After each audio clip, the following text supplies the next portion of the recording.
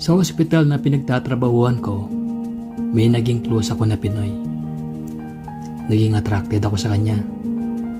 Tawagin na lang po natin siyang Paulo, taga Misamis Oriental. Lumipas ang mga panahon, nagkapalagayan kami ng loob. Napapagkwentuhan namin pati tungkol sa family at mga pangarap sa buhay.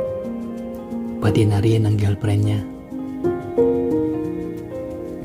Nang lumaon, nagtapat na ako sa kanya. Ang sabi ko, hindi ko hangad na mahalin mo ko.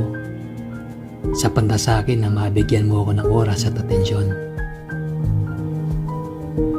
Ang sagot naman niya, maibibigay ko yung atensyon at oras na hinihingi mo.